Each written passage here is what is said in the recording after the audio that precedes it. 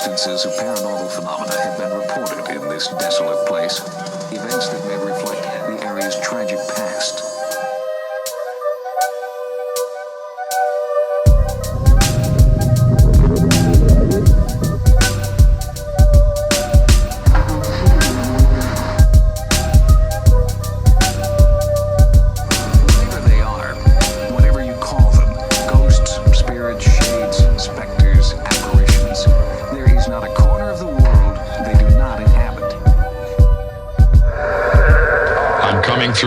What's going on, guys? Welcome back to Other Dangerous Podcast. We talk all things paranormal. I'm Ken James, and this is Jason McKittrick. Hey, folks. And if you cannot howl or dwell in the dark, we want to talk about it. And tonight, Jay, are you superstitious? I'm superstitious about some mountains. I was going to say, you superstitious, and do you like mountains? I like legends, murder, and mayhem. That's why we're talking about the Superstition Mountains. The Superstition Mountains, boys and ghouls. Or boils and ghouls. Look, Unsolved Mysteries. It's one of the new ones, man. A lot of people are covering this lately. Yeah. And me and Ken have been talking about this one since what? The first planning session when we first started talking about doing Other Dangerous podcasts? Yeah, because at the time I was going through my rerun and watching of Unsolved Mysteries, and it's like season 2. You got some really good segments in there about it. And we talked about this, and we got to the point where we're like, you know what? Let's start going over the stuff that we talked about we wanted to get to, but then other things came along, and we pushed it up. But here we are. We're doing it. We're doing the Superstition Mountains. And, thank God, there's gold mines. There's high strangeness. It's in Arizona. It's in Arizona. Which is becoming, like, my favorite paranormal state at this point. Not paranormal state like Ryan Buell. That's 2 episodes in a row I said his name. Yeah, we should get him on the show. But, yeah, so we're heading over there, and once again, this is going to be another Sans Jump Scare Haunted Headline one, because we want to get to the meat of this, and also, guys, send us more stories, and also get in the news with ghosts and stuff. do that for us, and we'll have more of those coming up. Yeah. We need more reptilian shapeshifters to do some weird shit in the news so we can have something to talk about. Right, like, we had strictly paranormal. The Vegas aliens showing up and doing all kinds of weird stuff. That was recent. They needed us to look that way for a little while. That's why that happened. That's true. And that's probably what happened to us for a bit there, They had us looking the other way. At our own lives. Yeah. Ew. Don't make me look at my own life. Gross. Ew. Man. Give me stuff to be, like, distracted by, God damn it. Yeah. God. Lunatics, all right, well, lunatics.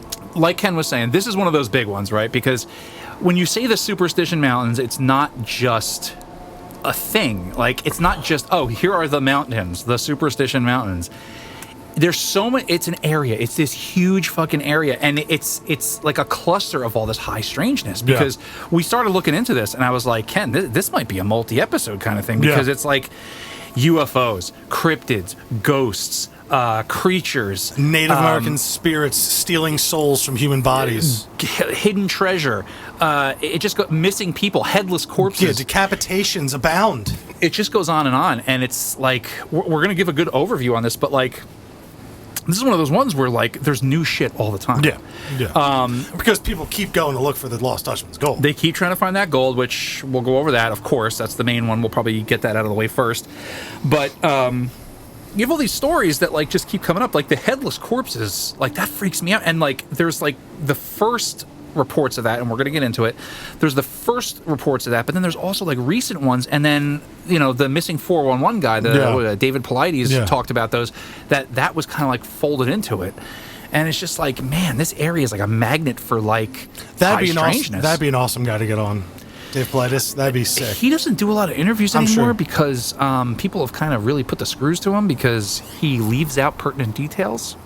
Sure, I just want to hear good stories. I just want to hang out with the dude. I want to hang out with him and sitting right here. Him and Mr. Ballin right here. That'd be sick. Oh shit, Mr. Ballin, Mr. John B. Allen. Yo, John B. Allen is that guy's the man. I like his videos. He's a good dude, and he's also cool as shit. He does great work. Because that's all we do. Yeah, because that's all we do. And he's so funny. Like I love his like doing the outtakes of like his like segues and stuff. Yeah. And good on him for bringing in bedtime stories. Oh yeah, and no, they just brought in wartime stories too. And they brought in wartime stories. So like bedtime stories and wartime stories, which are my 2 other favorite podcasts out there. They're so good, and like it's great that wartime stories being the sister podcast to bedtime stories. Yeah. They're very different in presentation. Yes. But they still have that awesome piano music that gets in there. And oh my God. It's so good. Yep. Yeah, the X-Files. Yeah. And also in there, you'll get that weird, like, that, like, always, it just, like, brings me into the story. So shout out to those guys and all those other podcasts. Yeah, no, it's good stuff. I mean, if you don't know what we're talking about, seek those out, because if you're looking for, I don't think we would ever suggest that we're the best out there. We're just two guys enjoying paranormal stuff. But if you want consistent stuff that's put out all the time with, much higher production value than we put here. Right.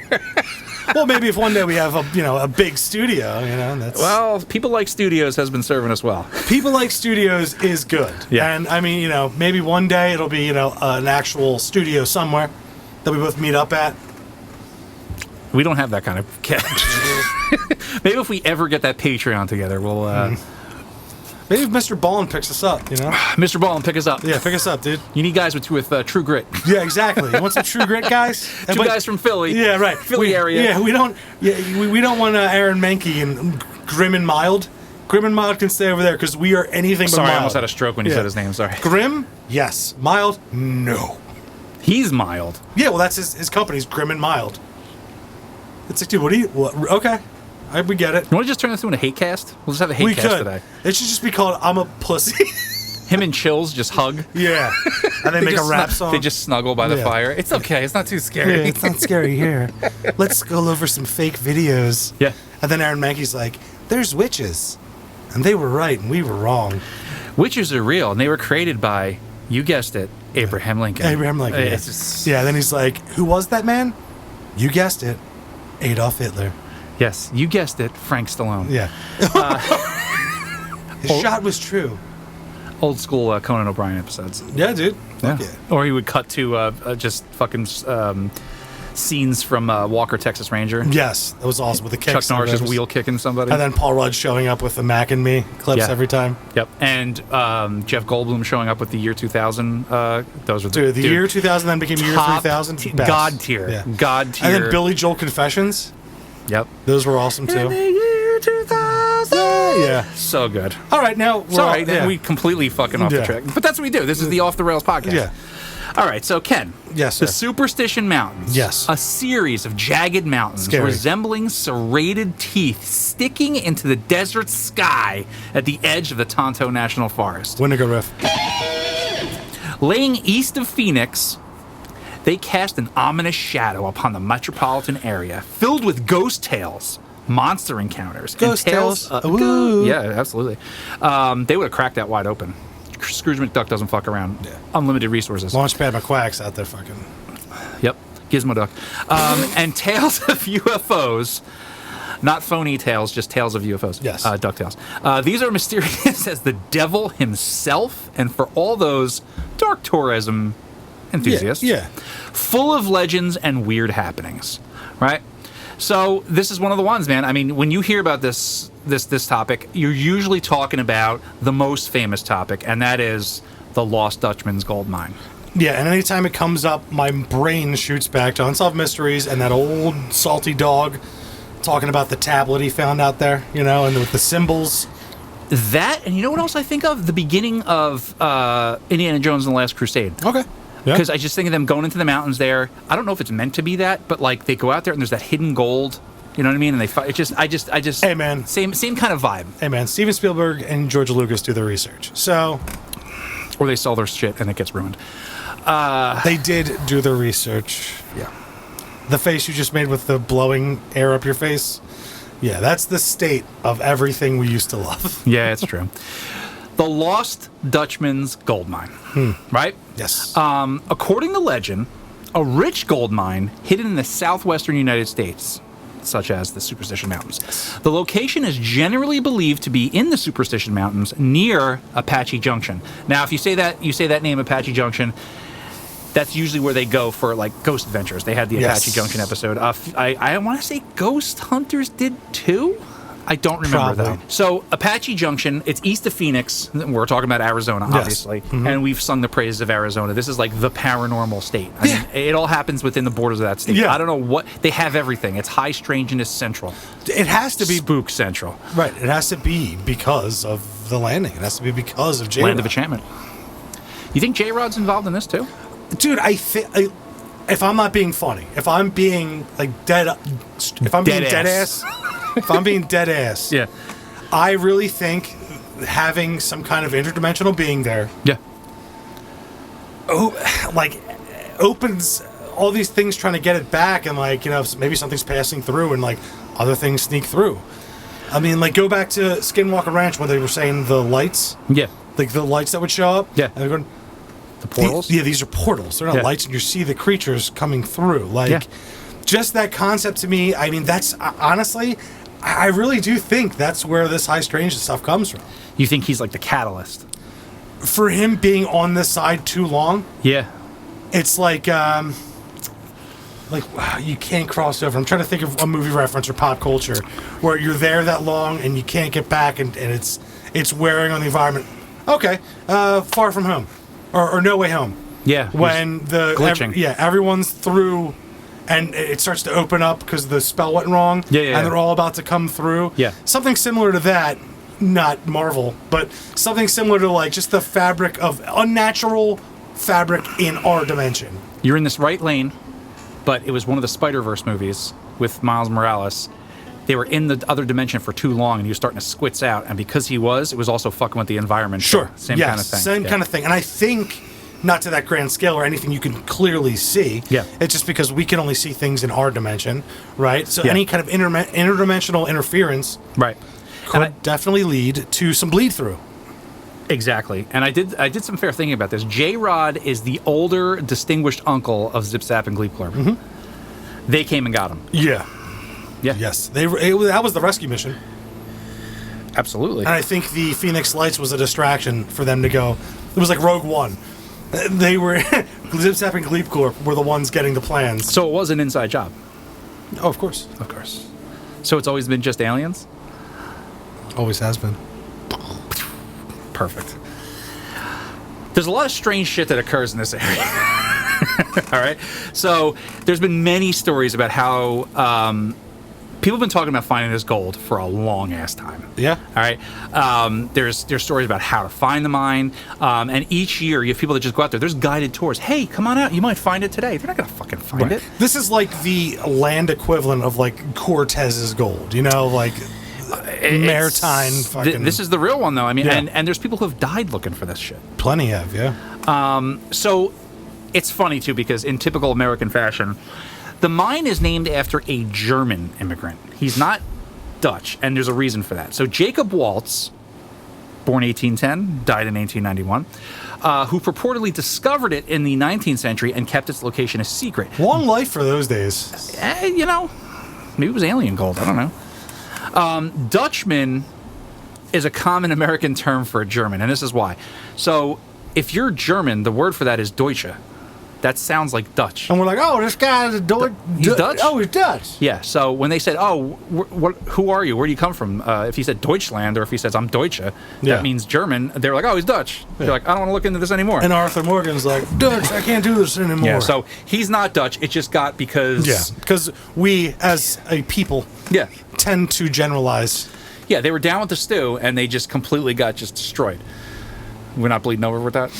You okay? I'm just trying to maintain, my friend. Aren't we all? Infected with the stew was nuts. I think anyone who listens to that episode... Folks, if you listened to last week's episode, and you're not infected by the stew, I commend you.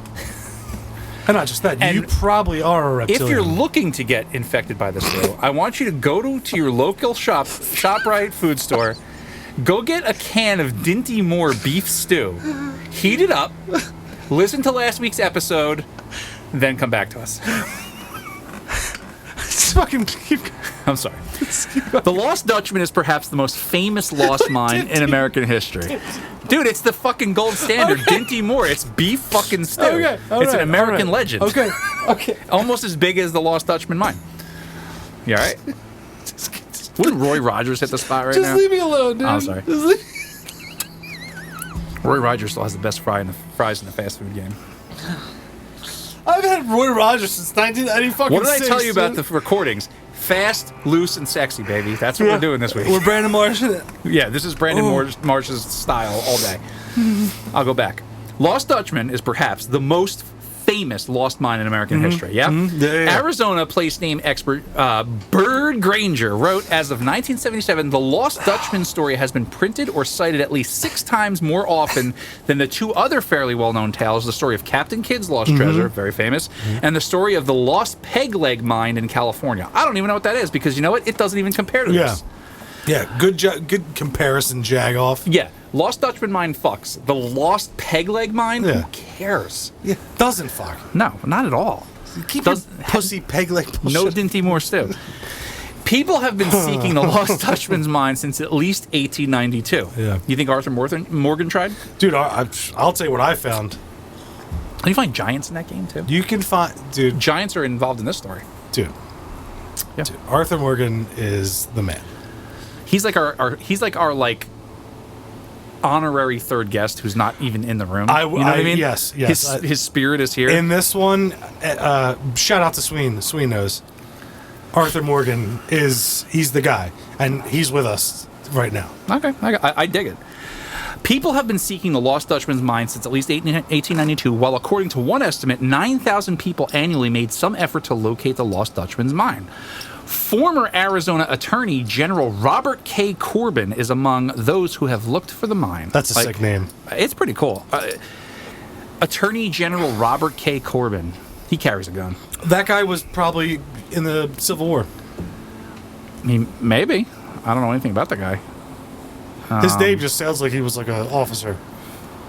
He was alive in the... Corbin's Marauders. He served in the 90s. He's not that old. Oh. He looks like he's from this period, though. Well, let's go back to the ancestors. Sorry, dude, you fucked me up again with the Dinty Moore. Dinty Moore. You set me off. I'm trying to not laugh and pay attention. Yeah. I'm not gonna lie, I've had Dinty Moore in my back pocket for like a week and a half. I saw it at the fucking store. I was like, I'm gonna use that. You're like, I'm gonna kill Ken with Dinty Moore. Yep. I'm gonna fucking put it in the barrel. one thing of Dinty Moore stew with the like Russian roulette with the stew. Yeah. Spin it, and then I'm gonna hit it. Yeah, you got me. That was a good one, man. You did well. Thank you. Other Lost Dutchman mines. Robert Blair wrote, there have been at least 4 legendary Lost Dutchman gold mines in the American West, which is crazy, including the famed Superstition mine at Jacob Waltz. One Lost Dutchman mine is said to be in Colorado, another in California, 2 are said to be located in Arizona. Tales of these other Lost Dutchman mines can be traced to at least the 1870s. The earliest Lost Dutchman mine in Arizona was said to have been near Wickenburg, about 180 kilometers, 110 miles. Sorry, folks.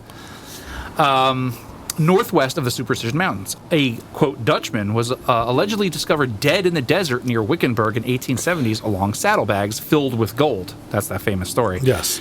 Blair suggested that fragments of this legend have perhaps become attached to the mythical mine of Jacob Waltz. I think those are just false little breadcrumbs to throw people off. It's like, oh, no, I heard it was up by Wickenburg. It's not out here. Yeah. And why not? Send them over there. Send them... Project Blue Book these motherfuckers. Exactly. JAllenHynek.com. Granger wrote that fact and fiction blend in these tales, but there are 3 main elements to the story, all right? They are first, tales of the lost Apache gold of Dr. Thomas Thorne's mine. Second, tales about the lost Dutchmans. And third, stories of the soldier's lost gold vein. The most complete version of the Lost Dutchman story incorporates all 3 legends. Like if you're getting the full legend, they're going to, if you want the full... It's all there. Yeah. That's like a chili dog. You got the dog, the chili, and the cheese. Blair argued that there are kernels of truth at the heart of each of these 3 main stories, though the popular story is often badly garbled from the actual account. Other theories have materialized that speculate the mine is buried at the bottom of Apache or Roosevelt Lake. Bottom of a lake. That's interesting. And maybe over time, it wasn't a lake at first. Yeah. It became a lake because man-made. Yeah. In 1977, Granger identified 62 different variants of the Lost Dutchman story. Some of the variants... 62? Yeah. Hey, man, it's a legend that's out there, so you got people just talking this shit. And people like to add their own spin to stuff. It's like when you talk to someone that saw a gopher, Yeah. And they're like, oh, God, it was like the size of a dog. Yeah. And then, like, by the end, it gets passed along. It's the size of, like, a buffalo. Game of telephone. And it talked. And it was, like, speaking. In my opinion, you can separate this into two categories. Is there stew in the story, or there's no stew in the story? And in my opinion, the stew stories are the true ones. You're welcome.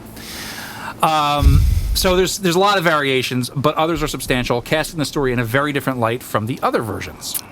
Yeah. Do you want to hear about the lost Apache gold?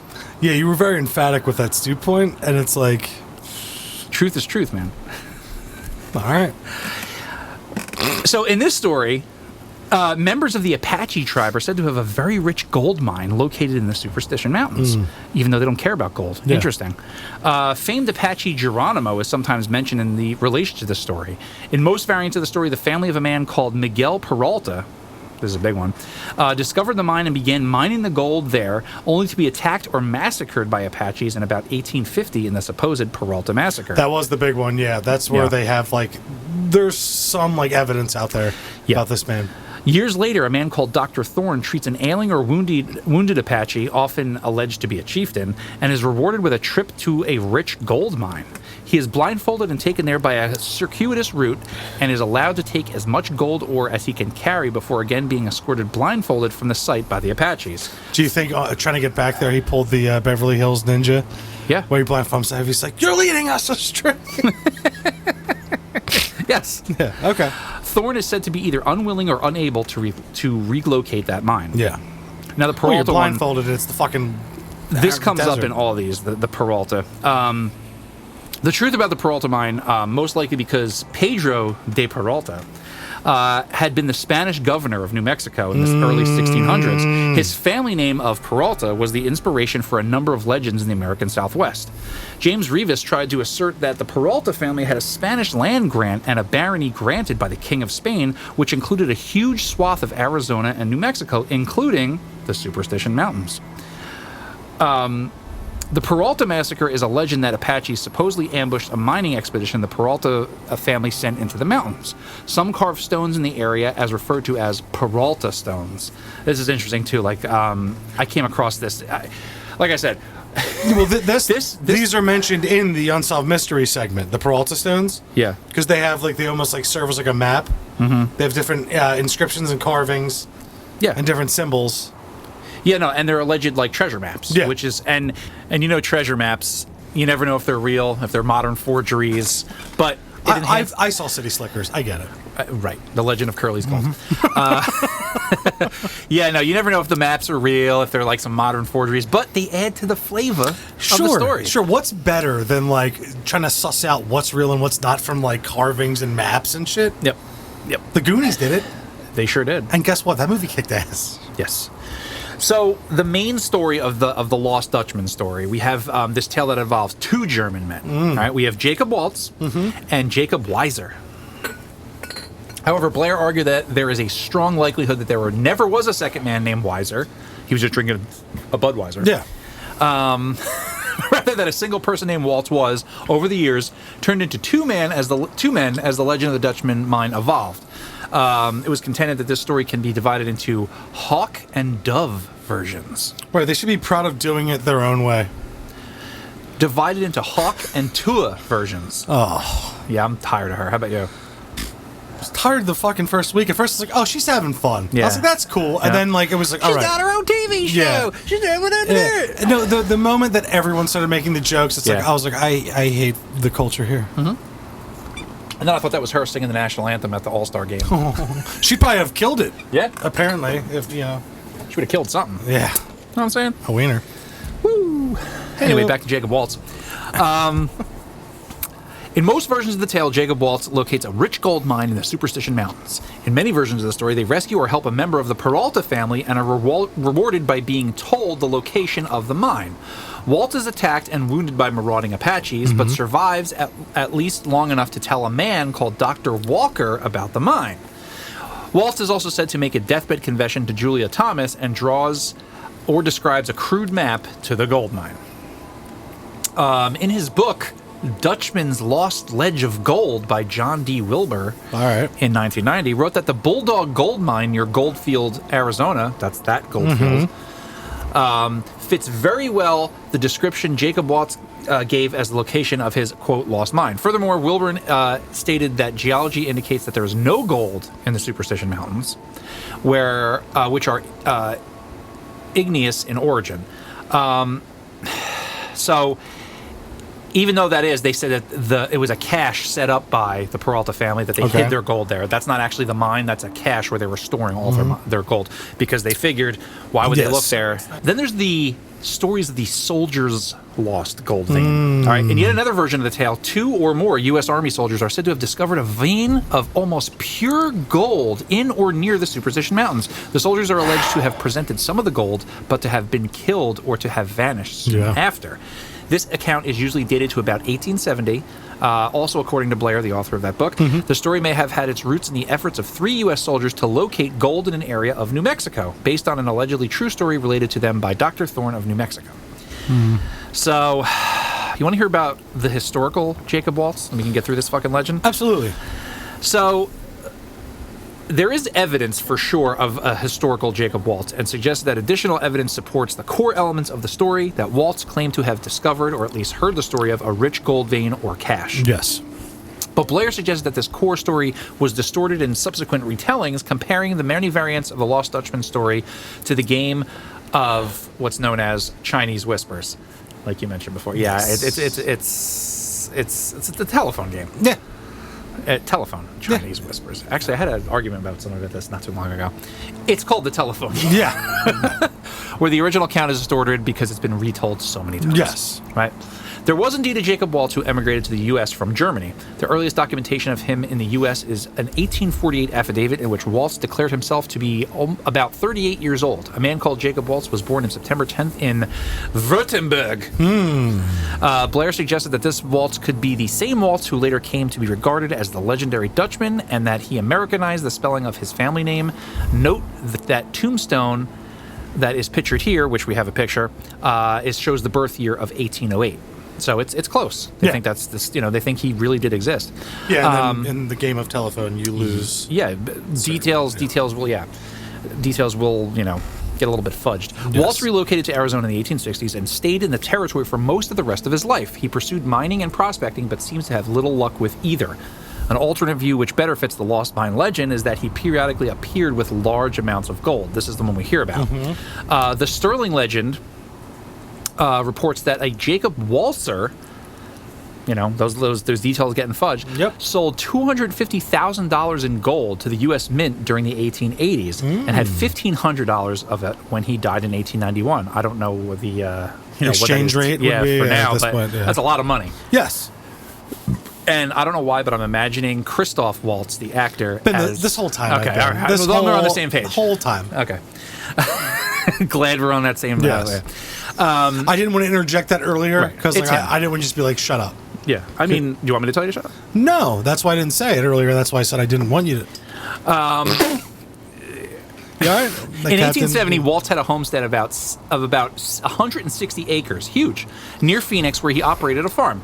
There's a theory that although Waltz never worked at the Henry Wickenburg's Vulture Mine, another popular destination, which was notorious for being poorly managed, he could indeed have been a, quote, fence for those who did work at the Vulture. So he was an intermediary. Yeah, that seems, because, people were getting killed. If you found this place, someone's going to, you're going to get sacked. They're going to sack you. Yep. Take the claim. Exactly. There was a catastrophic flood in Phoenix in 1891, and Waltz's farm was one of the many that was devastated afterwards. Waltz fell ill. They say he probably contracted pneumonia. He died on October 25th, 1891. Didn't get Halloween that year. Sucks. Waltz was buried in Phoenix and what is now called the Pioneer and Military Memorial Park. You can go visit him there. I'd like to. Blair had little doubt that Waltz related to Thomas the location of an alleged gold mine. As early as September 1st, 1892, the Arizona Enterprise was reporting on the efforts of Thomas and several others to locate the lost mine, whose location was told to her by Waltz. After this was unsuccessful, Thomas and her parents were reported to be selling maps to the mine for $7 each. Well, that's a gold mine on its own. Gotta love good old-fashioned American ingenuity, right? Yep. We're almost through this because this really does put all these things in perspective. So there is Were it not for the death of an amateur explorer and treasure hunter, Adolf Ruth, they don't use that name anymore, by the way. Yeah, no, that's gone. I don't know why. Yeah. Weird. The story of the Lost Dutchman's mine would probably have been little more than a footnote in Arizona history as one of the hundreds of lost mines rumored to have been out in the American West. Ruth disappeared while searching for the mine in the summer of 1931. His skull, with 2 holes in it identified as bullet holes, were recovered about 6 months after he vanished, and the story made national news, thus sparking widespread interest in the Lost Dutchman's mine. In a story that echoes some of the earlier tales, Ruth's son, Erwin Ruth, was said to have learned of the Peralta mine from a man named Pedro Gonzalez. Pedro. Yep, huge hat. Yeah. According to the story, in about 1912, Erwin Ruth gave some legal aid to Gonzalez, saving him from almost certain imprisonment. In gratitude, Gonzalez told Erwin about the Peralta mine in the Superstition Mountains and gave him some antique maps of the site.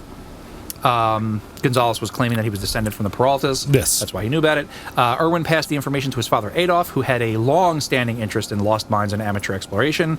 You know, we would have been out there. Yeah. The elder Ruth had fallen and badly broken several bones while seeking the lost Peg Leg mine in California. I'd be sending a much smaller man to do the spelunking, though. Yeah. You're not getting me trapped in no... Jockey size. A guy who like Tobey Maguire size. Yeah. I don't know. He had metal pins in his leg and used a cane to help him walk. In June 1931, Ruth set out to locate the lost Peralta mine. After traveling to the region, Ruth stayed several days at the ranch of Tex Barkley to outfit his expedition. Barkley repeatedly urged Ruth to abandon his search for the mine because the terrain of the Superstition Mountains was treacherous, even for experienced outdoorsmen. Yeah, it's... You also might get your head cut off. Yeah, that's true. Let alone for the 66-year-old Ruth in the heat of the Arizona summer. It must look like a burnt hot dog out there, man. It's folly. It's folly? It is. I do?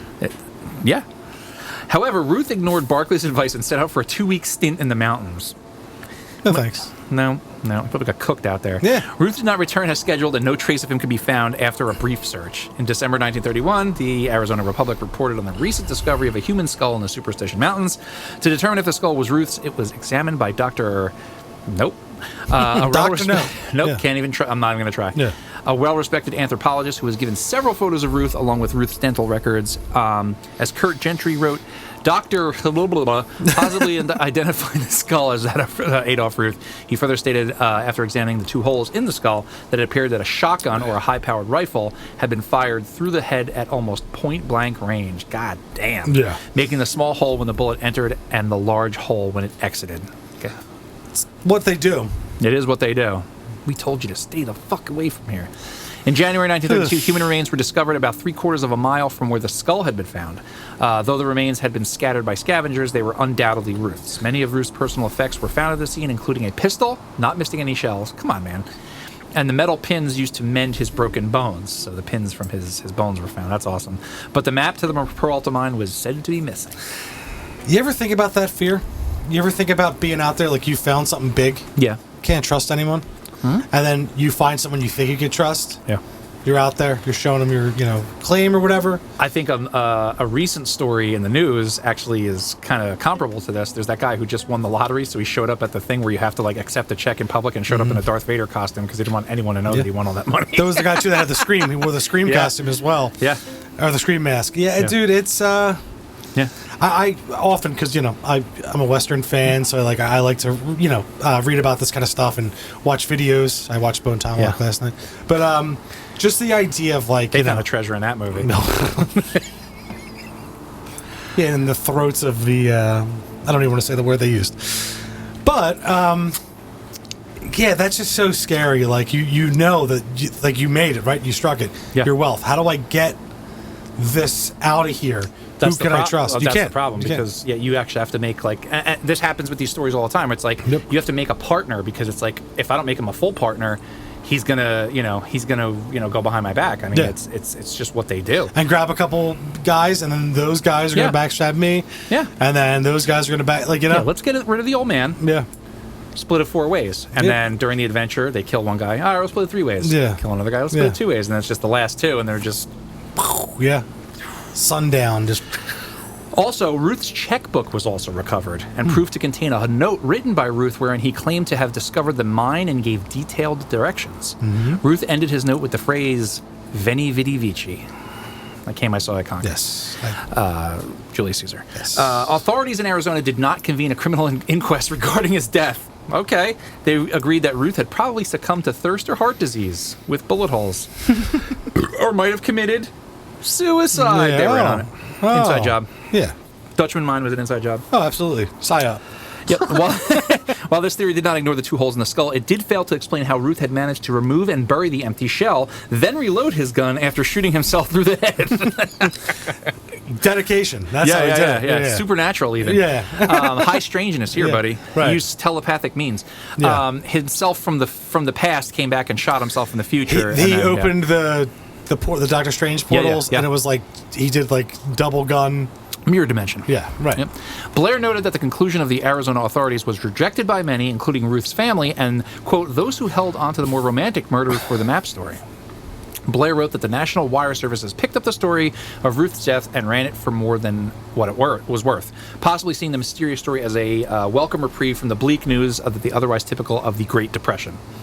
So, it was like, hey, come out here and get murdered, or stay in your, hovel apartment and get, Or have a posse of your closest family. Yeah. Because even some of them, Yep. So put some poison in your stew. It could happen. It will happen. There is now a Lost Dutchman State Park. I mean, newsflash, no one's found this shit. Or if they had, they did a long time ago and nobody knew about it. Yeah. Because I was watching That's how you have to do it. You're going to do it that's, yeah. The one interesting thing, I watched a couple documentaries on this, and they often find these weird, either abandoned mines or these caverns that this looks like this was probably a Native American domicile at some point, right? They go in there, look at these, there's evidence of habitation, here's where the fire was, but there's a couple stories about them finding going there and finding a little piece of gold, or a big area and a couple little pieces of gold. It's like gold was stored here. Yeah. So that's the popular, I think, according to all the stuff that I've been looking, the popular myth or prevailing theory is that it was there at some time. It probably wasn't a mine. It was a cache. Right. Well, so and someone came and picked it up. If you look at, especially in Pennsylvania and a lot of these wooded places, especially places that get hot. So what they would do is you would dig just kind of like an alcove kind of deal, or dig like a little chamber in the side of a hill. Yeah. And that's where you would keep stuff that you needed to keep cooler. So if you had, all your supplies and all these kind of caches of supplies that needed to stay cooler would get raided from people from time to time. And it seems, and that at this time, that's the time that this kind of thing would be practiced. Yeah. So let's say they find a nice spot in the desert where they're like, we're going to do the same kind of thing. Yeah. This is how we know how to hide something in this little area. And it seems like you make, it sounds more mysterious when you call it a chamber, but in reality, it's just a cache or like a hideaway where you would keep your supplies. Yeah. And a lot of times they're probably digging supplies, eat food, water, stuff that need to be cool. Then they're like, all right, well, let's clear all this out. Yeah. Throw the gold in here. Close it off a bit. Yeah. Give it a nice little area we could break through. Yep. To get back to the gold. And either someone found it or they came back and got it. And that it just seems like the practice at the time is that's kind of how you would hide something. Right. And make your own little, not a mine necessarily, but a little chamber. Yep. On a cliffside or somewhere where, load-bearing dirt or stone could, support itself to hide stuff in there. Yep. No, it's it's a mystery, and I think that looking at it, lost in time, but it's one of those ones that's it's so juicy, it's so tantalizing. People are like, oh God, let's go take a look. Dude, anytime you mention a vein of gold, or just hidden, hidden, but when you say that there was at least a vein of gold out there, that's unimaginable riches. So the idea of that existed out there at some point. Of course people got some of it, and a lot of times they're like, oh, I gotta hide this, I can't trust anyone, and I'll come back at a later date. A lot of these people probably didn't make it back, succumb to outlaws or heart disease or thirst that blows your head off, apparently. So I mean, there's probably plenty of places out there where there's gold hidden. But the thing is that there's some credence given to that. Perhaps there is a Native American contingent of people out there guarding this stuff, or at least descendants of the Peralta family. Because, you ready for this? I'm ready. All right, so The headless remains of prospector James A. Cravey were discovered in the mid-1940s. Yes. Okay. Author Barry Stone, in his 1945 book Thunder, God's Gold, declared to have escaped from a mysterious sniper, only known as Mr. X, in search of the lost Dutchman's gold mine. Yeah. Whoa. Yeah. He was out there looking, writing a book, Yep. and he said he was a sniper. He knew he was out there, but he didn't but he took shots at him, warning shots. In late November or December of 2009, Jesse Capon, a hiker from Denver, Colorado, disappeared into the Tonto National Forest. His corpse was found 3 years later, in November of 2012, by a local search and rescue organization, stuffed into a crevice. Not just fell in there, stuffed. Yeah, stuffed. Yeah. All right. On July 11, 2010, 3 more hikers went missing in the Superstition Mountains while looking for the mine. In January 2011, 3 sets of remains, assumed to be those of the men, were retrieved. Were they missing their heads? It doesn't say, but I'm going to say yes. Mm-hmm. I too will say yes. Yeah. So, people from the town below are certain that only death and demons travel across the Superstition Mountains at night. Whoa. Yeah. Did you say demons? Yeah. Demons. Yeah. One more time, demons. Okay. Demons. Lights, screams, and shadows of Apache armies have been reported. That's sick. love Wendigo Riff. Yep. Nightwolf was up there. Yo. Glowing tomahawk and all. Nightwolf. Not the one from Mortal Kombat Annihilation, the real one from the game. From the game, yeah. The one that the best character to fight Motaro with. Good call. Yeah. The uppercut with his tomahawk. Yeah. Bands of roaming cannibals are said to hunt the area. Getting their hands dirty. Yeah. I had the same one. And the curse of the lost mine isn't a tall tale, but a stark reality to many. Yeah. When you pointed at me because what? Bone Tomahawk? Yes. Is that what we're talking about? Yeah. Yes, neck whistles. My only gripe. You know what? I was thinking about you while you were saying that, and I was like, you know what? It works for me. I hate it. If they just took that out. Bro. Neck whistles. Why? Because it made that horrible scream. And you know, here's how I knew it was effective. Every time it happened, Britt would get the shivers and go, I don't like that noise. She's 12. Sorry, Pete. I love you even though you won't come over my house. Oh, we're Throwing digging. shade. We're digging for the Dutchman's gold here. We are, and it's been found. Yeah, but no, I realized that it worked in that way, and also I like me going back and going, okay, as kids, they earned this thing. Yeah. That they stuff in there and it heals over, and that's the way of communicating. Yep. Because they don't talk to the other Native American tribes. Because they're not Native Americans. Yeah, right. They are by definition, but they're cave dwellers that didn't integrate with any of the others. They were unknown. Yeah, when you find out at the end how they do it and how they survive. Brittany was like, "What was that?" And I was like, "She's like, are there stuff in their eyes?" I was like, "Yeah." So what they're doing is they're keeping them blind. They're tied up, and that's how they make their babies. Yeah. Also, wishboning dudes. Yeah. I don't understand why the canteen goes in. I don't understand that. Because they were mad at him. Because he goes, I guess they figured it out. He's like, sure they did. Because it killed one was passed out for a while, and the other survived. Okay. Sorry, Bone Tomahawk, guys. If you haven't seen it, and if you're, it goes with this. I don't know why, but it does. And what a cast! Like if you haven't seen it.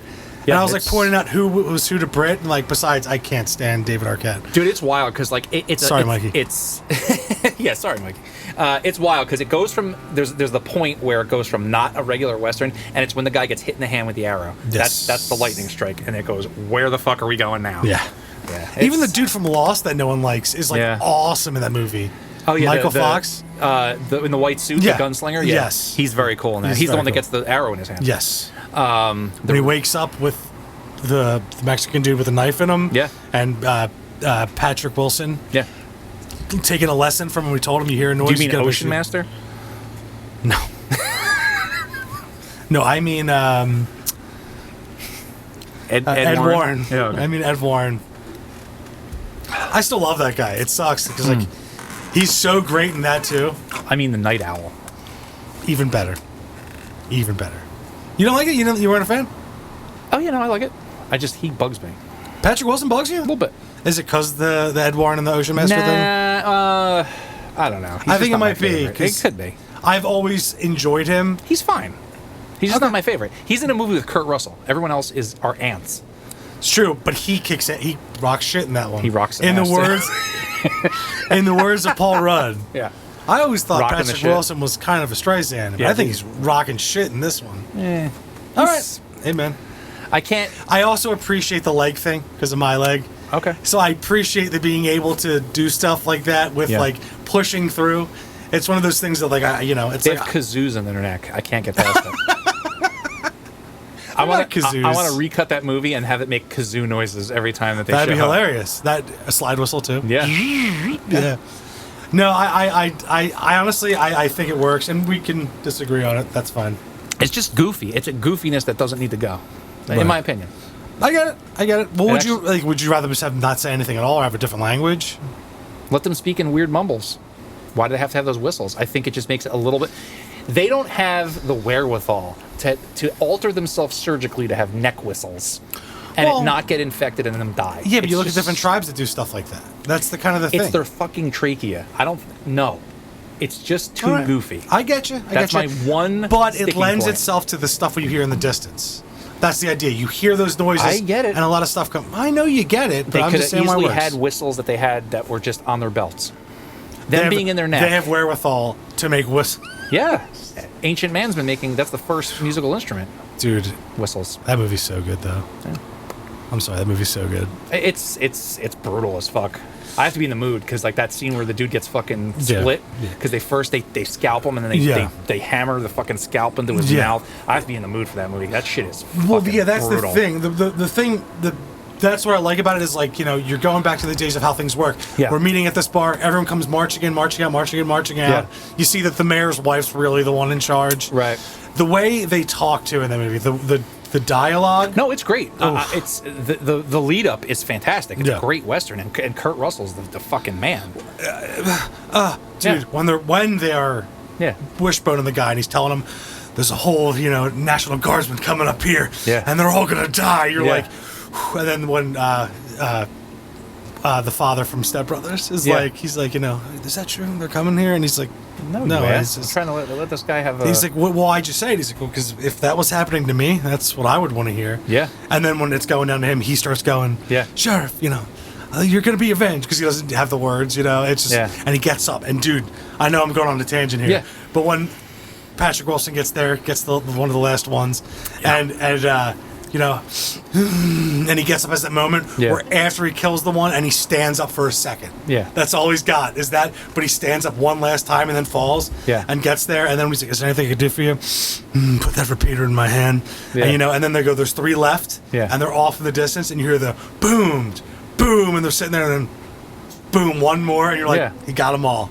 And it's just like Kurt Russell goes out in such a way. And Brittany at that time was like, I don't like this. I was like, because Kurt Russell means the world to us. That's why I don't like the comical nature or fantastical nature of the neck whistles, because there's some gravitas there, because the performance by Kurt Russell is so good that having these creatures, these cave dwellers, have the thing in their neck, it's too over the top. If they just backed it up a little bit, it would be plausible. And it would all go together. It goes one step too far. That's my only thing. I know a lot of people, and I have people disagree with me because I've talked about this movie with a lot of people. But it is in a way, it is a horror movie. It is. So like they have to do one little step, because like when you first see him, you're like, what is that creature? What is that monster that's killing the guy in the barn? So you're like, okay, I'm dealing with a monster. Well, how do you make a monster? You don't want to just do like what they do is just like the natives are the monsters. You have to like even the Native American, the professor that comes in to tell them what the arrow is. You don't have to make them physically monstrous if their actions are monstrous. I don't want that. I want something kind of above board. I want that because it keeps it within the realm of plausibility, because it makes it a real world, but might be in the past, but it makes it a real world horror. Where the fantastical thing is that you have these people that have survived in this cave system. That's fantastical enough. It's just my own thing. No, I got you. And I'm just saying, my thing is, I like that they went a little supernatural. It's a little supernatural, even though they go, here's how they live. They show you how they survived, how they do it. And dude, that's the coolest thing with up in the hill. Yeah, no, it's... throw the ropes down, and that's how they get back and forth. Yeah, no, all of that's enough for me, because a lot of that is fantastical. Or keeping the women alive and all that stuff. Like, that's okay. They're cannibals and that whole thing. But I don't think the guy's that, leg right after I don't think that takes place in the Superstition Mountains, but I have to go back and look. Honestly, I'm going to say this. I'm going to say it's based. They took inspiration. It's Chad based. They took inspiration from that. They have to have, because it's an alcove in the mountain that's where. Oh God, I know I'm going off on a tangent here, but Tomahawk. Like even in the beginning, focus on the task, said Haig, Yeah. And like that whole thing, and he accidentally desecrates one of their, burial mounds. Right. And but it shows you just how little of them there are. That I don't know. It's so cool, man. It's so good. Yeah. No, it's I'm looking a little bit. It was filmed in California. They don't nail it down, but sure. I'm just saying they had to take some. It's just literally that kind of like mystique of the Old West. That this land is older than us. Everyone who's there, we're trespassers on this land. So there's this stuff out there that's hostile to us. I get it. That's just my one thing about it. I get you. But everything about that movie, it's slow. That's what my wife said last night. But I appreciate that kind of stuff. It has to be slow for me, that. Yeah, for that character development to build up the relationships, and also, dude, everything about it rubs me the right way.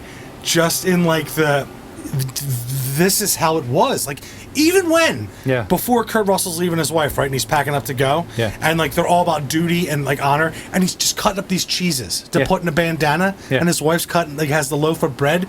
Everything down to the very last thing. Oh yeah, it's got when the bartender comes in, the bar owner to talk about that, and he's there with his wife, and she's like, "Oh, I'll leave you guys to it," and you can tell Kurt's just and Kurt goes, "Why are you in my breakfast?"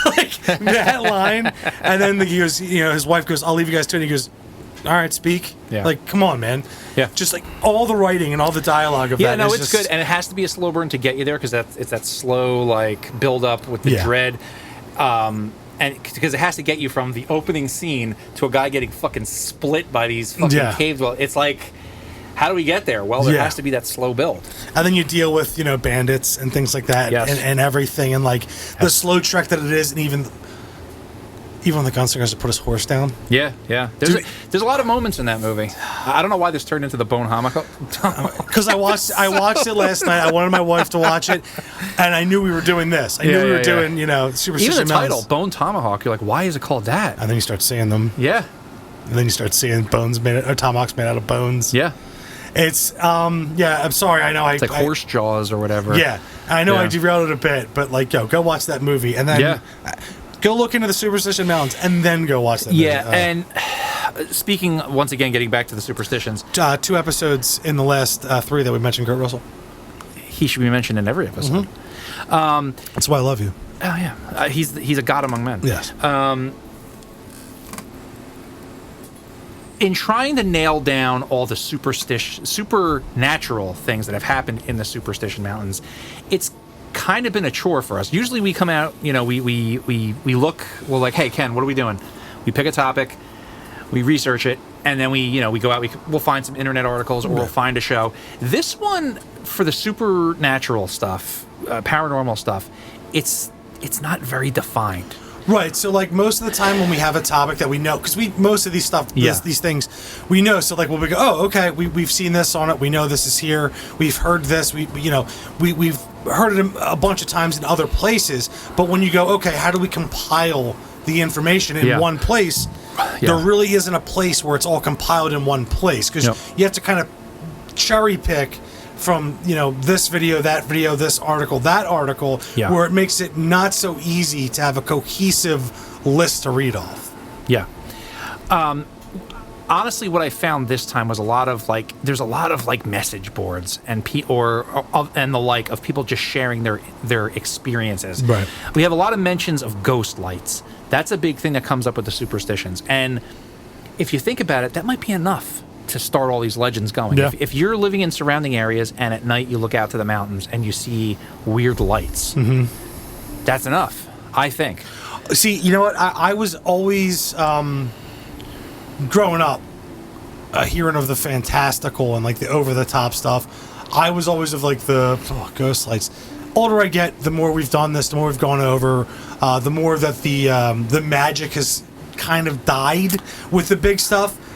I really appreciate ghost lights now. I have family members that have ghost light stories. We've had one sent in to upstate New York and places like that, and those are the ones that like really at this point resonate for me because one, they can't figure them out. They have the of course the explanations like in the last episode or 2 episodes ago where it's like, oh, it's this light and this gas. Yeah. But they even had at Skinwalker Ranch, they had those the crew members that have filmed them that still can't explain. I like to separate those two though, because once you bring in the UFO stuff, I think it puts it in a different category.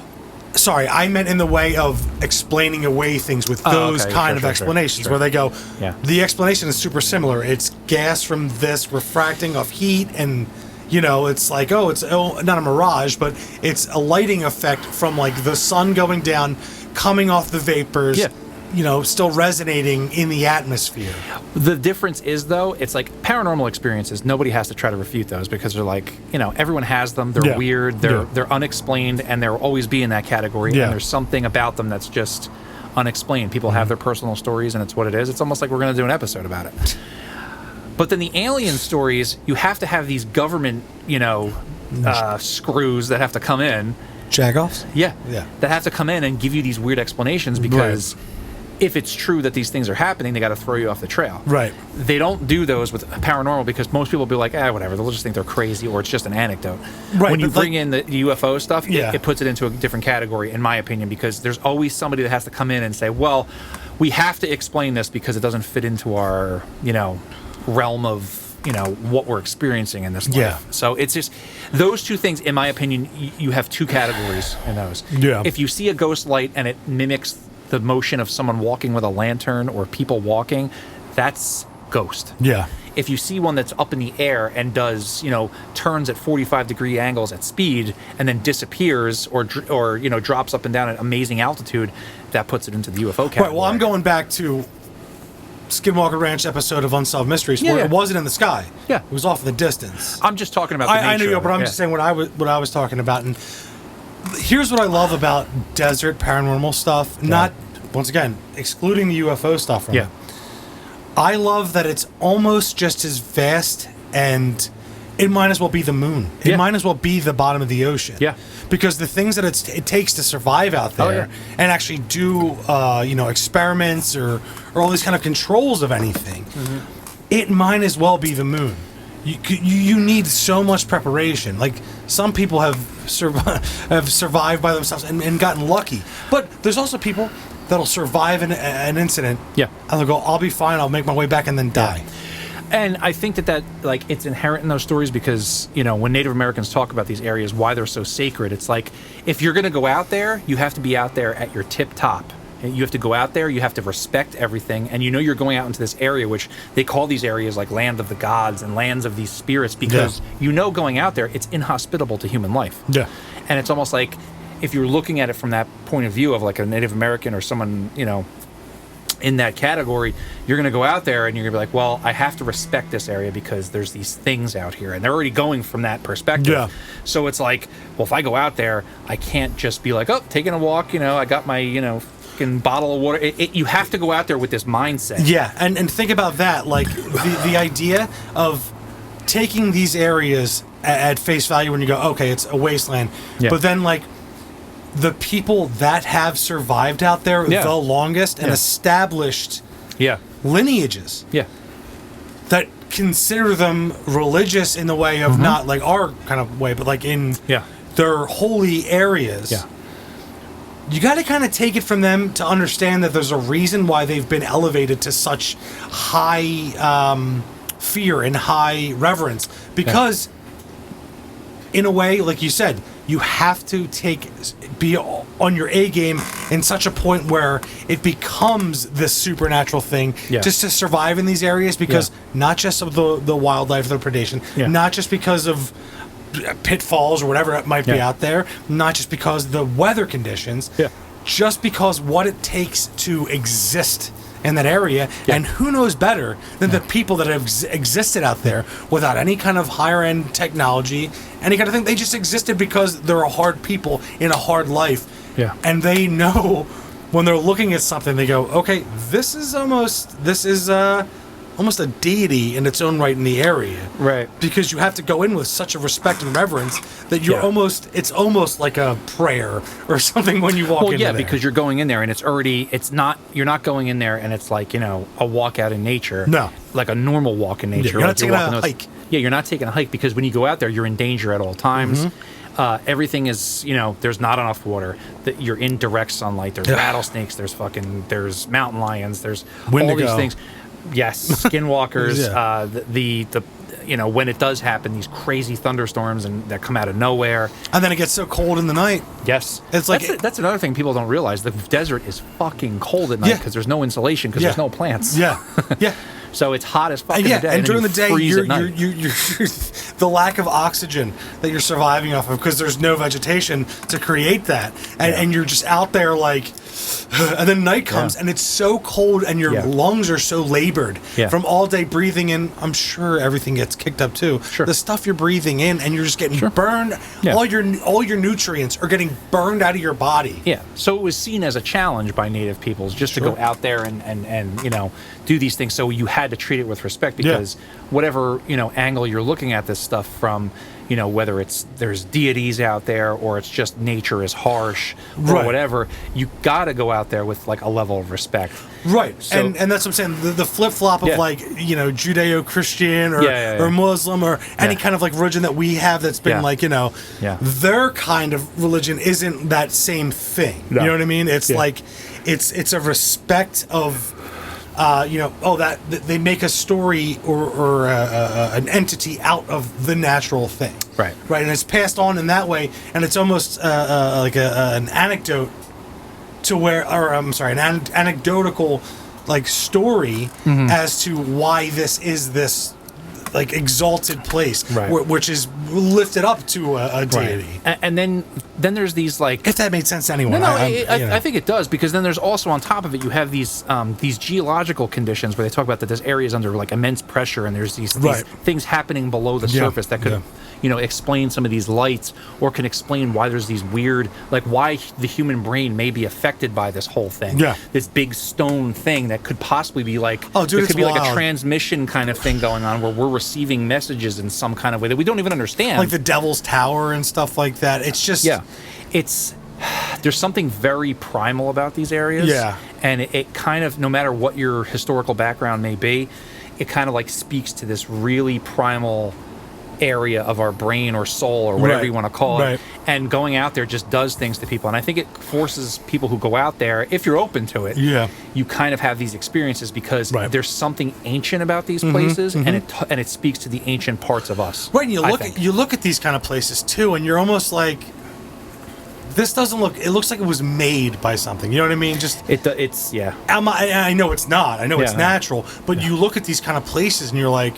Yeah, the weird old erosion of it. It doesn't sit right with us as people because we're used to like okay, that's a mountain, or okay, that's it makes it like literally under the pressure of those areas and then seeing something like that. Yeah, you have no choice to almost have a weird primal religious experience of like like this was what my ancestors seen or lived through and. It's wholly terrifying, but it's also you have to have a respect for someone that can exist out there for so long and have an understanding of the terrain and the territory and all that. And like we said at the top of the episode, I think we said a couple episodes ago too, that this area of the country in Arizona, they call it the land of enchantment. You have Sedona, Arizona, where they talk about the vortexes, and people go there and they get spiritually healed when they're out there. Yeah. Whatever that may mean, there's something to it, and the fact that you also have ghost supernatural stuff that occurs out here, but then also the U.S. government decided to build these bases out here that has these allegedly alien creatures and craft out there. Yeah. It's just like, could one state have any more awesomeness just put into it? It's no. And that the government did it because of the remoteness. But fuck their baseball team. Oh, the fucking Diamondbacks? We got their number this year. Oh, dude. They were us the year prior. I just had to say it. Sorry, it's baseball season, and I'm not okay from that. No, I think it's just that whatever converges in that area, the geological makeup, the weather, the space, whatever else is going on out there, there's something that has come together in this perfect like conglomeration of elements that makes that area really do weird things to us as a species. You're absolutely right. And it's funny, like me and you, just like two dudes out in like Delco right now, like trying to put words to this area. And like, we've only seen it, video, pictures, heard stories. But we're open to it and we've had experiences. Right, so exactly. I think it's just so funny, like us, and I don't mean that as an insult. I'm saying me and you have such reverence for this that we're trying to find a way to like encapsulate like how cool we think it is and also pay its due respect to it. And like, you're right, man. That area out there is just like, wow. Like, there's a reason why there's people just go there. There's something about that place that people are just drawn to. The fact that Area 51 is out there draws people on one level, but I think if it wasn't out there, people would still be drawn to that place. Oh yeah. There's just something about that area. It's just there's something about it that we just don't understand. And Dreamland. Dreamland is what is what they call it, but the land of enchantment, they call it for a reason. And I think it's just an underlying thing that like we can't intellectualize. We just feel it on this weird level. Yeah. The people who do feel it. Yeah. Because you could have any guy who could go there like just like you bring a person to a haunted place, there ain't nothing here. Yeah. It's just they just jerk off on a rock like, or whatever. Yeah. Different strokes for different folks. Right. But I think that this area, specifically the Superstition Mountains, it gets this air of mystery because there's just something about the all these bringing together of elements that just for some reason in the back of our skulls says this place is kind of weird. Yeah. And it just gets you going. And if you have that imagination, if you have that mindset, you go there and the fucking circus starts. And my last thing I'll say on it is like I may sound like an idiot. I do think things are happening out there. I'm not going to say Bigfoot. I'm not going to say skinwalkers. I don't know what it is. Yeah. I do realistically think there's stuff out there that we just don't understand. We just don't know. I think that's a good way to put it, that it's just, we just don't understand it. Whether there's a high amount of quartz out there in the ground and it does something weird to our brains when we get close to it because of the high heat and these other weird elements. Could be that. Or it could just be, it's just unexplained, man. We just don't get it. Right. It's like it's a never-ending fucking tornado of mystery in my head that but you also, when you talk about U.S. soldiers that are out in Iraq in these deserts, they see and experience things all the time, and I just think think it's these kind of areas that have for centuries they say that the jinn would live out there, and these weird spirits that they just can't really. And I think they're one and the same. I think they're one and the same, even though they're basically a half a world apart. Yeah. I think there's something about these wastelands. Yeah. That is just, it's magical. It is. It is. God, it's the frontier. It's like the. Yeah. But then the unknown. Couple with that the lust for gold. And you bring all these people out there, all looking for the same thing, out to these areas that if you don't go out there as a prepared person, you're going to get fucked up by the elements, an animal, or something, or possibly Native American guards who are guarding this place that are don't want you to get to the gold or whatever. That fucking should. That should. They should. Yeah, that's awesome. I just. God, there's just so much mystique and mystery to that area. It's weird that us getting to this point, there's this weird calm over us. Yeah. Because of how big. Yeah. How big the idea is. You can only be humbled by it because it's what are we? These these little hairless apes that live for maybe close to 100 years, maybe, and then you have this Earth that is so old. It's just. And it's one of the last places that you can you say that magic is real. In the way of because in these places you're confronted by geological time. You look at these mountains and these things. It's that's several 100 million years old. Oh, that rock that's sitting up like this, that used to be a seabed. Yeah, and it's that it's you start trying to like compute these numbers in your head, and you're like, that's no pun intended. The sands of time is more apparent there and is more visible there. Do you think they have sandstorms there? Not to rude, but they should. Yeah, I love this stuff. There's no way to encapsulate this. We could just kind of like skirt the borders of this stuff and talk about it a little bit. Me and you are just like sitting here romanticizing about the ideas. It's lovely. It is. It really is. It's like kind of the most beautiful, it's the most beautiful, terrifying thing that exists. And there's not many of these things. No. That's why we talk about this stuff, because most of life is drudgery and shit. Yeah. So waiting on the mail. Yeah. Ugh. Yeah. Ugh. But when you can find these things that have a little bit of mystery left, and a little bit of like, oh man, maybe it isn't just this bullshit. Maybe I'm just not going to. Maybe it's not just me paying bills and then I die. Yeah, you know what I mean? It's like maybe there's. I mean, that is it. Oh no, that is it. But maybe you can experience something that has a little glimmer of something there. It's like, okay, well, I guess this was worth it. Yeah, you know. Yeah, I guess this journey from here to there. Yeah, there is magic, and maybe some people have seen it. Yeah.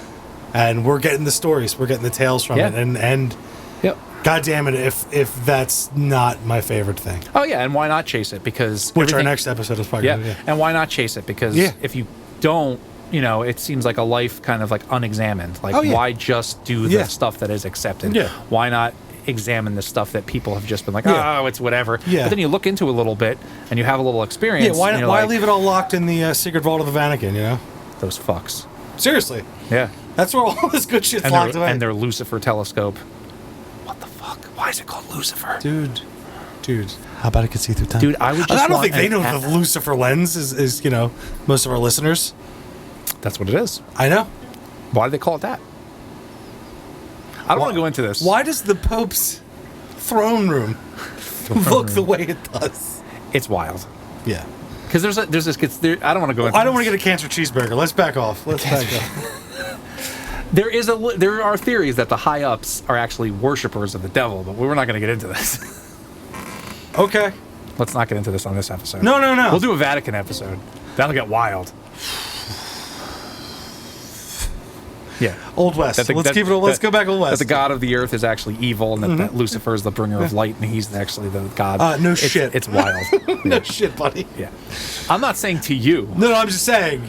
And the funny thing is, let's say that none of that's real. There are people that believe it. Yeah. And the people that follow it. And the people that do it. Yeah. Anyway, guys, Old West. Well, the Superstition Mountains, guys. Superstition Mountains. If you want a little more concise and a little more not so hoity-toity kind of version. Not so Other Dangerous podcast version. Not so we had a bunch of Coors Banquet. The official beer of hotels. Yes. There's plenty of documentaries. Yeah. Super cool subject, but like when you start getting to the really weird cerebral shit, when you're like, hey, this place out here makes people have weird dreams. Yeah. It's like, what? This place makes people's brains malfunction. It literally will make you and one of your best friends sit across from each other and realize how serene the conversation has become. Because that literally happened there. Just bullets whizzing by. Yeah, exactly. And we were just like, we hit the deck and we came back up and then we talked about the Vatican. Yep. All right, guys. Well, but we hope you had a good time on this one. Because we did Hopefully too. you were drinking during this one like we were. Honestly, I don't care if you were or not. Yeah. Maybe you were smoking. Maybe you were hitting the slopes. We don't know. No, you're not sitting and listening to a podcast. You're doing not that. In the summer. Yeah.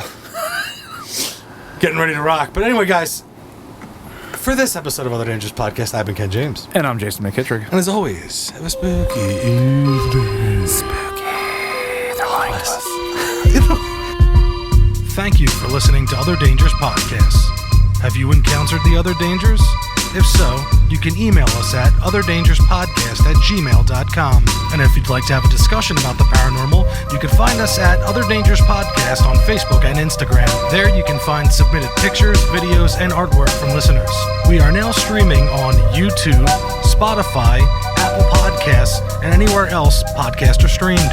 And after listening, please don't forget to like, share, and subscribe so we can continue to bring you the other dangers.